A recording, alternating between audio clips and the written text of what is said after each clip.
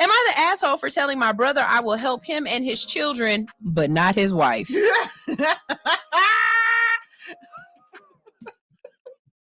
Let's hear it.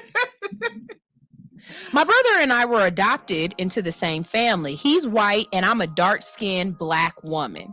Our parents were an interracial couple and our family had some unique challenges over the years, but our parents did their very best by us and tried their hardest to get us as much information as possible with our birth families. It was a little easier with mine because I was orphaned and I had two older living birth relatives who were just incapable of caring for me and needed care themselves. My brother had a very different story and he had no information at all. He was 20 when he met his wife. They married after 2 years of dating. She always gave me bad vibes. Around the time they got engaged, he told me that she kept bringing up his birth family and how he should find them before the wedding. I had told him he didn't have to do anything, but he knew mom and dad would help them if he'd have my support. She went behind his back and to find them via DNA, and it is a shit show. But for some reason, he forgave her and decided to meet the people, which she was thrilled about. It was around that time that she told me to get lost because he had sisters who were actually related to him and not a nigga. No, wait a minute. That was in quotations as a quote. The quote is, "You can guess the slur." Who always made his life more difficult. She told me I was crazy if I thought I'd be in her wedding photos. She also said that our parents should get used to having only one child. My brother had already started to pull away by then, and because I was hurt and angry, I never told him what went down between me and his now wife. I chose not to attend his wedding, and I know from our parents that the day was very messy. All right. Wait. Where's the rest of it? You gotta give what? Okay. Wait. I know, right? I gotta hear the rest. Oh my God, where's the rest of it? So 6 years ago, no contact happened, and we reached out. He reached out and apologized for letting anything come between us. We have been back on speaking terms for a year now. Where's the rest of it? Oh my God. I need to hear the rest because. Oh my God, there's not the rest of it. Okay, so look, I remember this story. Okay, I'm gonna tell y'all the rest of it. I already know what happened. Basically, what happened was they got back in contact and he's going through a hard time. He needs a place to stay for him, his two kids, and his wife. She said to him, "You and your kids can stay. That bitch can't." So now the wife is like, "Why can't I stay? You should let me stay too." The wife is mad because now she's in a position where she needs help. And so she's telling the woman, "No, you need to let me stay too. We a whole package. You need to take all of us." And she's basically asking, am I an asshole for telling my brother him and his kids can stay with me, but your stupid ass, racist ass wife can't? My answer is this.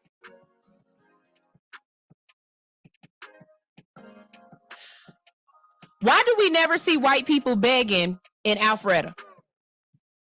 How come when homeless white people beg, they only beg in the hood? That goes perfectly with this story. When you on top and you got everything you want, i.e. the man, the house, you done found him his old family who didn't give a fuck about him. You done tried to get rid of his regular family. You done told them that he need to get used to only having these white sisters and not me. When everything was good and on your side, you know what I'm saying? You was Gucci over there. But the moment you don't have what you need, you expect me to help you, and you want to come beg in my neighborhood, or you want to come live at my house? No, ma'am, you are not the asshole. Not at Make all. her go stay at an efficiency. Man. You know what I'm saying? They Have got her go women's find her shelters. cracker ass family Yeah. to go stay with. But Yeah. what you're not Or gonna his do, old family that you found. Right, His exactly. other brothers and sisters. But what you're not gonna do is you're not gonna sit up here and cause problems in between me and my family. Make it so that she said we ain't talked in 6 years. That's a long. You could have graduated college with 2 degrees. That's a long time. I don't know anybody who I would let talk bad to my face and then live in my household. Like, you're crazy. Yeah, you're big crazy. You big crazy. I will say your mistake was not bringing it to your brother's attention. Yes. Because that would have put a lot of things in perspective for Right. him. For you to not just show to the wedding, he had no explanation. You know, Right. and I'm sure the parents explained on her behalf, but you gave her what she wanted. You disappeared, and that's what she wanted. And so it made whatever she was telling your brother the truth. But now in this position where you are capable of helping your brother, I say go for it. You are not an asshole. That's on him to figure out his family unit at this point.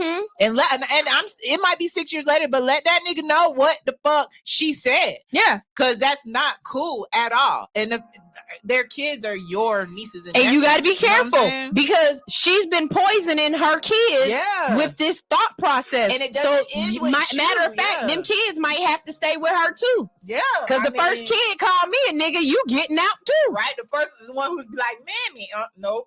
You know what I'm saying? No, yeah. And like, please, and that's a big thing for me.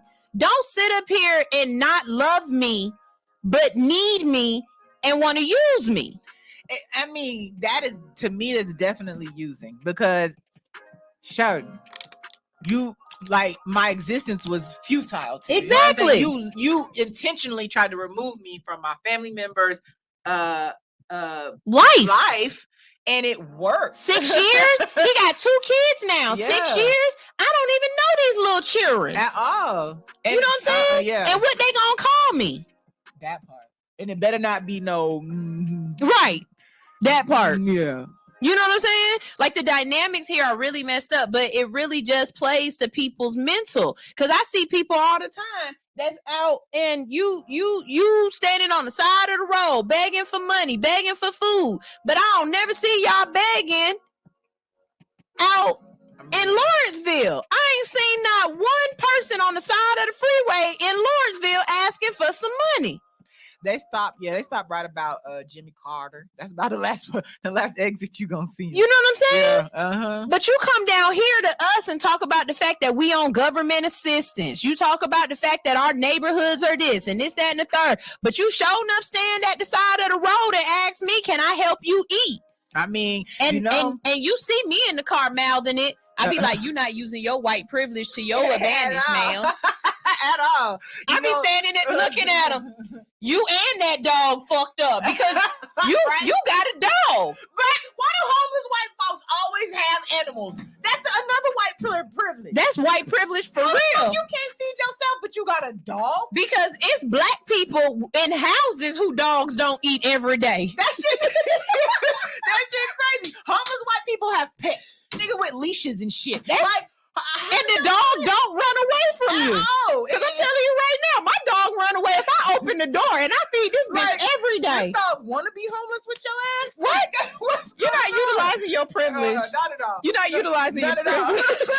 That shit be crazy. You know, I have the theory, the pundit square of prejudice. It goes black, white. What? It's the pundit square. Okay. Because you got black, white, rich, poor. They all gotta go in. They all circulate. Okay. They move over, because if you white, you win. You white and rich, you really win. But when you white and poor, you move to the black side. But you still poor, but then you still white. You know what I'm saying? So it's like you not gonna look. And if you black and rich, you kind of win, but you still black. You know what I feel you. It's like a Rubik's cube. Yeah, you know what I'm saying? You can move it this way, but you still yeah. It's these 4 factors that take place, and so that's why I don't understand unhoused Caucasians with pets. That shit just don't make no sense. Maynard Terrace, you find them all up and down Maynard Terrace, and I don't understand that. Every time I get off over there, Why she say Maynard Terrace?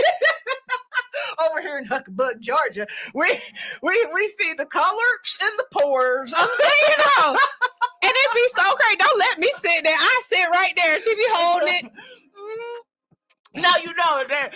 I'll eat a sandwich in front of you. I don't give a fuck. I am so rude. I do not care. You are not utilizing your white privilege. No, that's real. And especially if you're a white woman. What the fuck is you doing? What the hell is you doing? You winning. You white and got coochie in, bro? Bitch, you is not trying. At all. At all. Because all you need is a cell phone and an OnlyFans page and you can win. Just put on your white woman voice. Like you're not utilizing your privilege, white lady.